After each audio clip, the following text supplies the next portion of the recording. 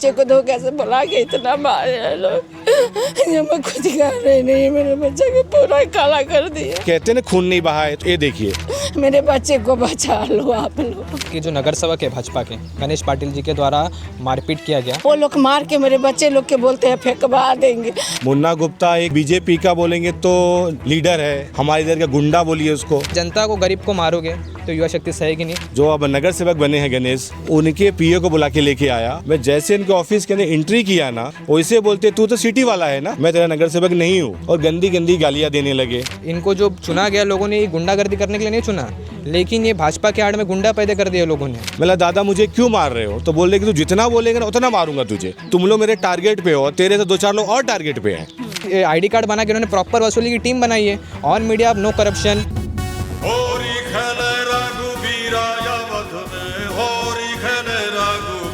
नमस्कार, वसई विरार शहर महानगर पालिका के सभी रहवासियों नागरिकों को मैं होली की हार्दिक शुभकामनाएं देता, शुभेच्छा देता हूँ, और यही संदेश देना चाहूँगा इस मौके पे कि जो कलर हम यूज़ करते हैं वो नेचुरल कलर हो, किसी को किसी प्रकार की हानि न हो, अच्छे प्रेम भाव से होली का जो त्यौहार है वो मनाया जाए।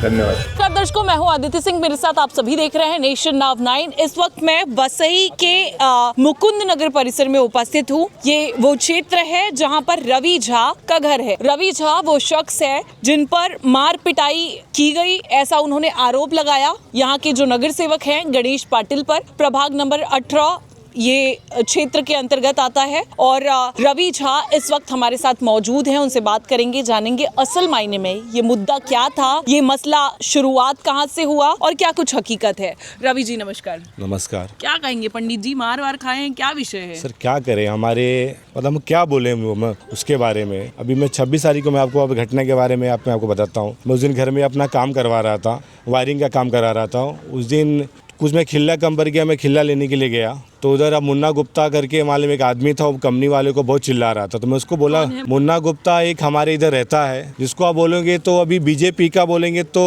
लीडर है, कुछ भी बोलिए आप उसको, क्योंकि बीजेपी समझ कर रहा है तो बीजेपी का लीडर है। हमारे इधर का गुंडा बोलिए उसको, माफिया बोलिए, क्यों हमारे इधर पूरा अब कब्जा करके सब करके वो कर रहा है। ठीक, वो क्या कर रहे थे इंडस्ट्री में? हाँ, वो भाई वो धमकी दे रहा था कि पानी क्यों गिरा रहे हो, ये कर रहे हो। किनको धमकी? वो अपना क्या बोलते हैं कंपनी वाले को। तो मैं उधर से मैं अपनी गाड़ी निकाल रहा था, मैं उसको बोला भाई तू क्यों चिल्ला रहा है, तो बोलता है कि तू क्यों बोल रहा है। मैं बोला भाई मैं क्यों, जाने देना, कोई पूजा पाठ कर रहा होगा, इसके लिए लिया होगा। तो बोलता है तू जा। मैं बोला भाई कि तुझे इतना ही वीडियो बनाने का शौक है तो तेरे मेरे बीच में है ना। अच्छा, वो वीडियो बना रहे थे? वीडियो, हाँ वो भाई वीडियो अपना रील वीडियो बना के उसको अपना धमका रहा था। तो मैं बोला तो तू इतना ही वीडियो तुझे बनाना है तो जिस जगह पे भी आप आए हैं तो देखिए, इधर गटर है और मेरा उसका बीच के सामने का है। अच्छा, पानी ये देखिए घर है, और पानी इधर देखिए, मालूम कैमरामैन को दिखाइए, पानी देखिए बह रहा है।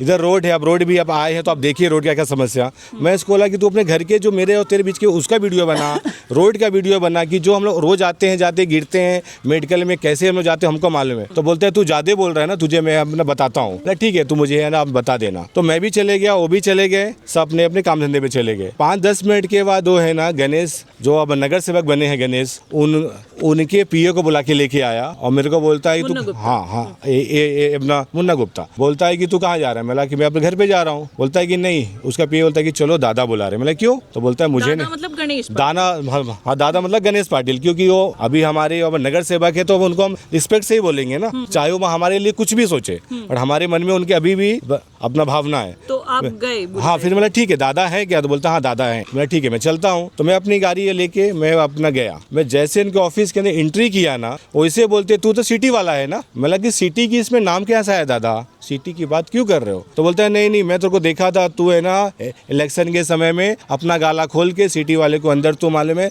रखा हुआ था और पैसा बांट रहा था। किसने कहा ये सब? ये भाई गणेश पाटिल ने कहा। अच्छा।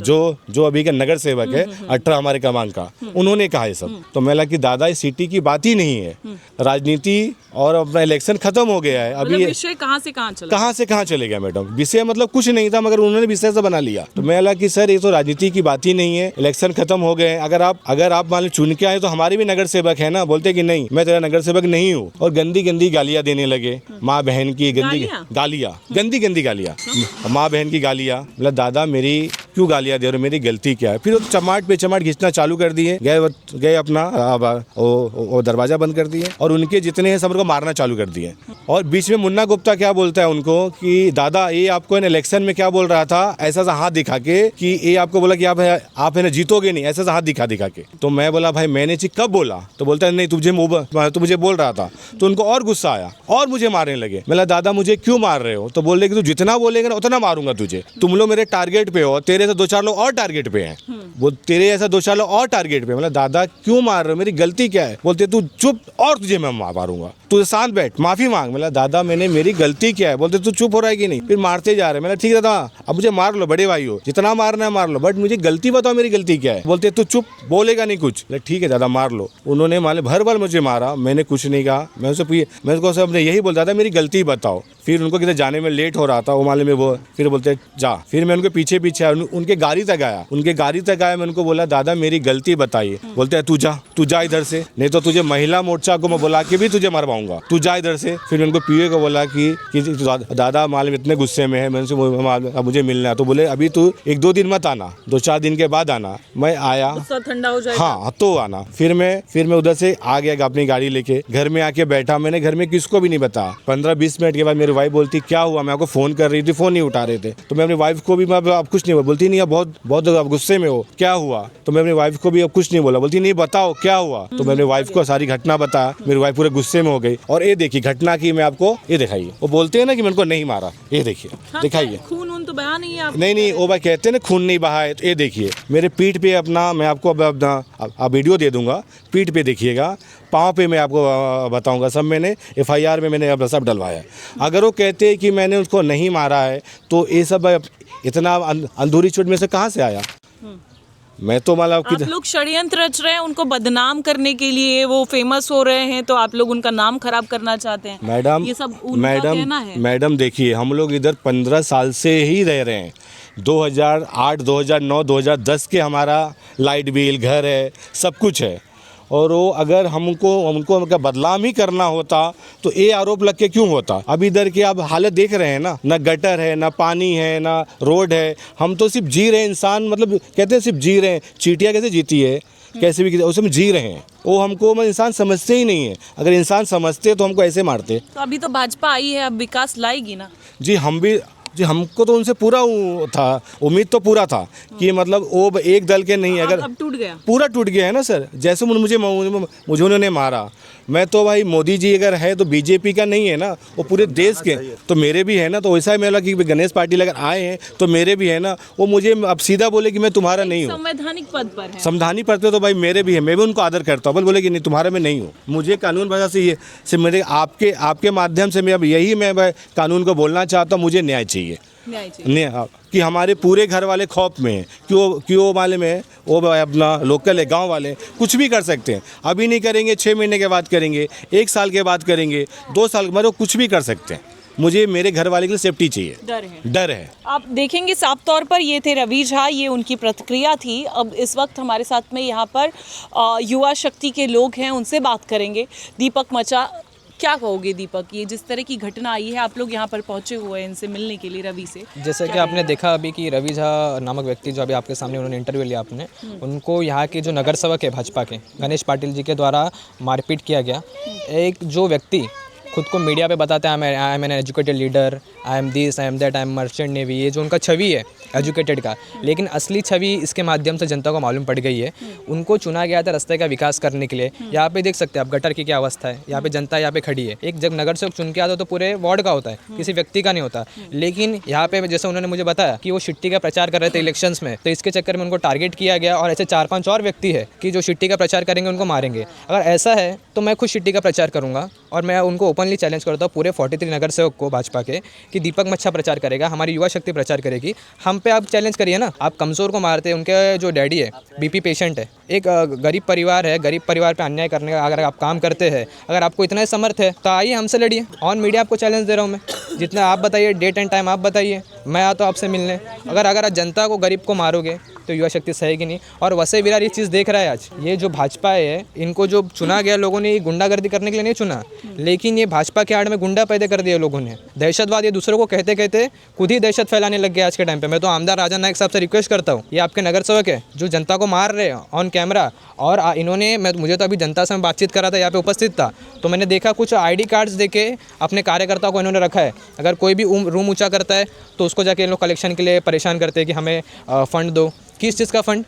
जनता अपना काम कर रही है, नगर से फंड दो। यस, कलेक्शन का काम शुरू किया है लोगों ने। अभी जनता मेरे को बता रही है कि ये ID कार्ड बना के इन्होंने प्रॉपर वसूली की टीम बनाई है। ऑन मीडिया आप नो करप्शन, ये सब आप चीज़ें यूज़ करते हो। राजन नायक साहब बोलते हैं नो करप्शन, फिर भी उनके कार्यकर्ता, उनके नगर सेवक ये काम कर रहे हैं, तो काफ़ी निंदनीय है। और वसई विरार को मैं रिक्वेस्ट करना चाहूँगा, अगर आपके साथ भी ऐसी कोई घटना हो रही है, कोई भी नगर सेवक कर रहा है ऐसा, तो मैं युवाओं को मैं आह्वान करना चाहता हूँ, आगे आइए। अगर आज हम आगे नहीं आए तो ये नगर सेवक जो खुद को भगवान मान के बैठे हैं, खुद को मुख्यमंत्री मान रही है लोग, इनको लगता है कि हम जीत गए तो हम कुछ भी करेंगे, लेकिन ऐसा नहीं है। संविधान ने सभी को अधिकार दिया, अपना काम करने का, हक से जीने का अधिकार दिया है, और इसके लिए युवा शक्ति रास्ते पर हमेशा से उतरती आई है और आगे भी उतरेगी। हमारे साथ में रवि झा की मां मौजूद हैं। उनका कहना है वो बेहद डर के साए में जी रही हैं, खौफ के साए में जी रही हैं। क्या कहना है उनका, बातचीत करेंगे, क्या कहेंगी? डर में है जो मुन्ना है बहुत पैसा वाला है, हम लोग गरीब है। वो हाँ, मुन्ना गुप्ता पैसा वाला है, बहुत है उसको, यहाँ जान पहचान भी है, सब है। यहाँ से संतोष भवन तक है उसको। कल भी वो सबको बुलवाया। मेरा लड़का आता जाता है, मेरा छोटा छोटा बच्चा है, मेरा 2 पोता है, बहू है, कहीं जाती है, वो लोग मार के मेरे बच्चे लोग के बोलते हैं फेंकवा देंगे। हम इसीलिए आप लोग के प्रार्थना करती हूँ जो मेरे बच्चे को, मेरे परिवार को बचाइए, आप लोग साथ दीजिए। मैं बच्चे को कभी मारी थी नहीं, मेरे बच्चे को धोखे से बुला के इतना मारे हैं लोग, ये मैं खुद कर रही नहीं, मेरे बच्चे को पूरा काला कर दिए, क्योंकि मेरे पास में पैसा नहीं है, मेरे पास में सामान नहीं है। उनको है जब मेरे बहुत यहाँ प्रॉपर्टी है, उनको अरबों का प्रॉपर्टी है, उनको सामान भी है यहाँ यहाँ के वासी हैं। हम लोग को उजाड़ देंगे, वो लोग का यही कहना है, जो हम बच्चे को अपहरण करवा देंगे, मरवा देंगे, तुम्हारी बहू को अथी उठवा लेंगे, तुम्हारे बेटा को मरवा देंगे, तुम्हारा पति को मरवा देंगे। आप लोग हमको रक्षा करो बेटा, यही मैं मांग कर रही हूँ, और कुछ नहीं मांगती हूँ। मैं जनता से कुछ नहीं मांगती। यहाँ का जनता कोई नहीं बोलने वाला है। यहाँ का जनता जो है ना, जितने हैं सब उन्हीं से मिले हुए हैं। मेरे साथ में कोई नहीं है, एक भगवान है और कोई नहीं है मेरे साथ में। मेरे बच्चे को बचा लो आप लोग, परेशान मत होइए। आप देखेंगे साफ तौर पर यहाँ पर जिस तरीके से रवि झा ने जो आरोप लगाए हैं, दावा किया है कि उन्हें मारा पीटा गया है, और वहीं दूसरी तरफ गणेश पाटिल जो साफ तौर पर कह रहे हैं कि हमने मारा पीटा नहीं है, मुझ पर ये झूठा आरोप लगाया जा रहा है, ये षड्यंत्र रचा जा रहा है। लेकिन अब इन दोनों पक्षों के बीच में क्या कुछ कार्रवाई होती हुई नजर आती है? फिलहाल रवि झा का कहना है कि उन्हें डर है, उनके परिवार की सुरक्षा की मांग कर रहे हैं वो, लेकिन क्या कुछ कार्रवाई होती है, क्या ये कार्रवाई निष्पक्षता के साथ में होती है या नहीं होती है, ये सब कुछ देखना होगा।